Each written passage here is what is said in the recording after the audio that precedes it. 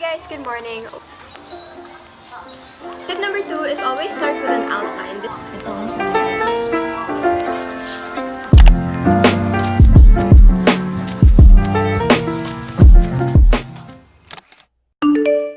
Hi guys, good morning. Welcome back to my channel. Today's video is another vlog. This is the closest we're gonna get to a vlogmas because there's no way I'll be able to film every day. Yep, nope. I asked my friends on Instagram what they wanted to see on my YouTube channel, if they had any video ideas, and Sam said vlogmas, so here's a lousy attempt. Right now, I'm just gonna do some skincare and some light makeup so that I can look a little bit presentable for you guys. My family is honestly not super festive when it comes to decorations. We do have a few Christmas lights outside sa house ng lola ko, but here, the only Christmas thing that we have is yung mga Santa Claus dyan na nandyan na for like the whole year. We never take it out. Ngayon lang siya magiging appropriate dyan. Every Christmas, we just get together with the family. And usually, ang highlight is uuwi yung mom ko because she works in Japan. The traveling rules are a little bit better than before. Pwede siyang umuwi dito this December. I think December 18th. I've been using this serum every night and I've been liking it so much. Kasi hindi siya mahal, pero it works really well. I got this from Shopee lang. I'm just gonna put light makeup. I'm using the Instant Rewind Age Eraser. Like, ito lang talaga yung ginagamit kong concealer nowadays. And it's because it gives you like the perfect amount of coverage. I have huge eye bags, pero I still manage to look fresh during the day because of this. For some color, I'm just gonna use the watery tint from Face Shop. I've been using this every day. This is just the shade Orange Scene. I like it because super lightweight lang niya. It tastes good too. And that's the look. That's my everyday makeup. But before tayo magpaka-estudyante, I want you guys to meet my plants. Tada!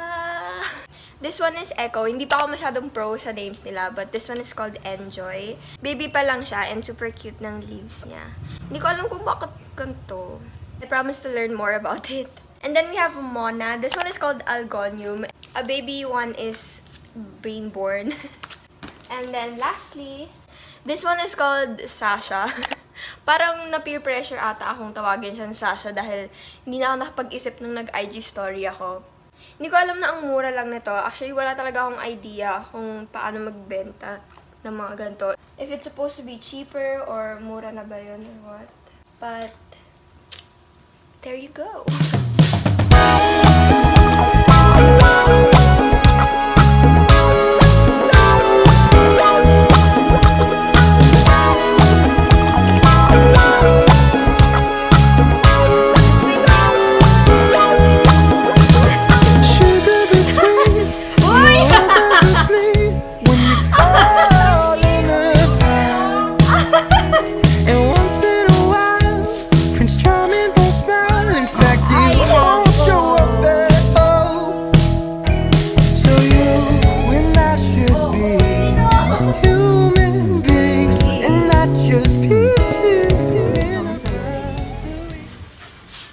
Galing! Batang-bata.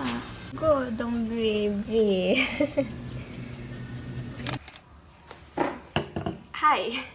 So it's already 1 p.m. I ate and now it's time to do my ACADS and my responsibilities. It's actually final season at UST. So marami na naman yung mga kailangan gawin. So babawasan na natin. I just have my things here and I also made myself Milo. Hindi na ako nagkakape because last time I drank coffee before an exam, sobrang kinabahan ako for no reason. Kaya after that, medyo iniiwasan ko na yun.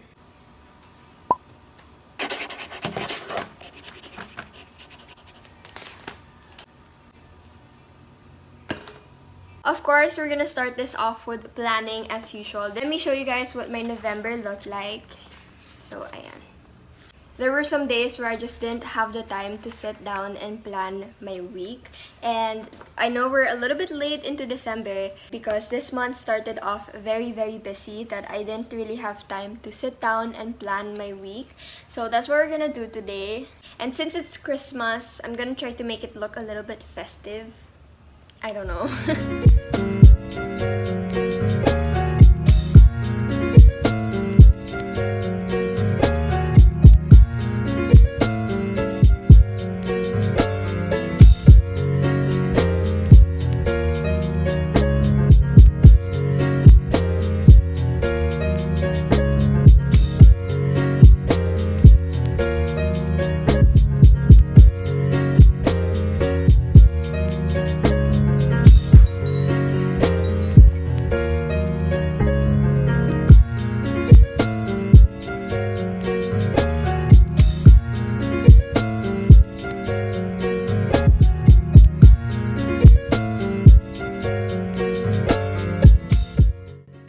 our plan for today is to pass all of my STS activities, pass 2 of my theology essays, and then finalize our experimental protocol for my group's defense.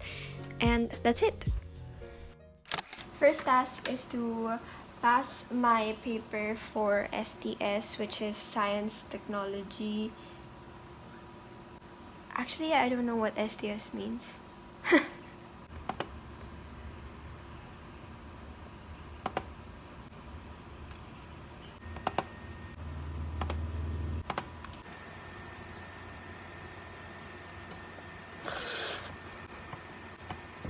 And wait lang, nakaharang kayo guys. Submit. Done! For my next task, I have 2 essays, one for my summative assessment and then one for my finals. These are both for my theology class.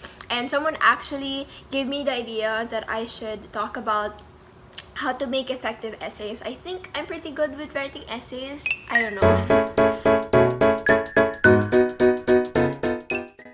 When it comes to essays, or actually any activity, I'm very keen to instructions. Everything that the professor wants to see is probably on their instructions or on the guide questions. So I always make sure that I stick to their questions so that I also limit myself and I avoid blabbering about things that don't really matter.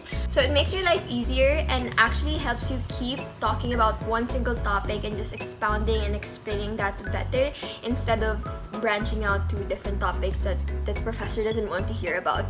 Tip number 2 is always start with an outline. This is where I brain dump all of the ideas that I want to put in an essay, because if you start with so many ideas and then start writing, think about the grammar, think about the structure of the essay, it's more possible to lose other ideas and never remember them again. So what I do is I brain dump first into an outline. That way I already have a map of what I want the essay to look like, and it's much easier to look back at the outline and then think about the grammar and the structure of the essay.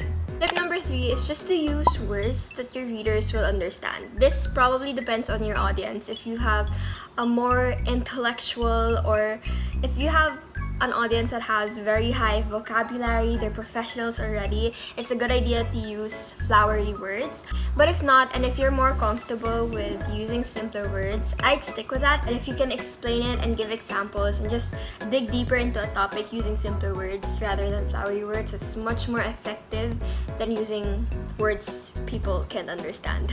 Usually, mahirap na talaga yung topic and your job is to make it simpler. Tip number 4 is stop trying to use unnecessary phrases or words to prolong your essays. If you think it's making your essays look more smarter, or if it's gonna bump your grade a little bit higher because it's longer, it's probably doing the opposite. At this point, sobrang sanay na yung mga professors yung magbasa ng essays, and if pinipilit mo na lang, for sure mahalata nila yan. Pag nawawalan ako ng words or idea to help my essay reach the word count, I would usually go for giving an example.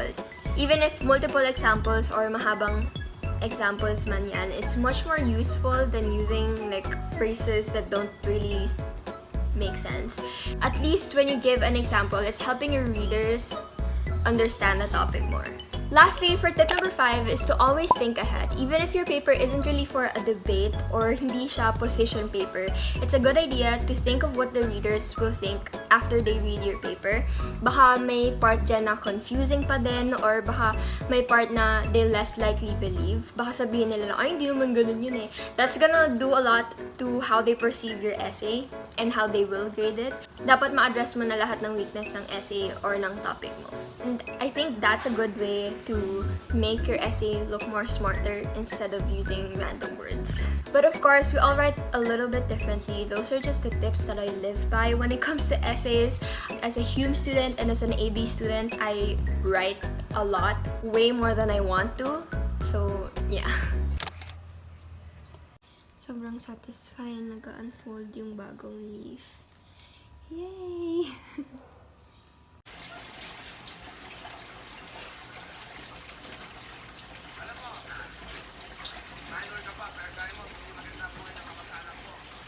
One, two, three, funky.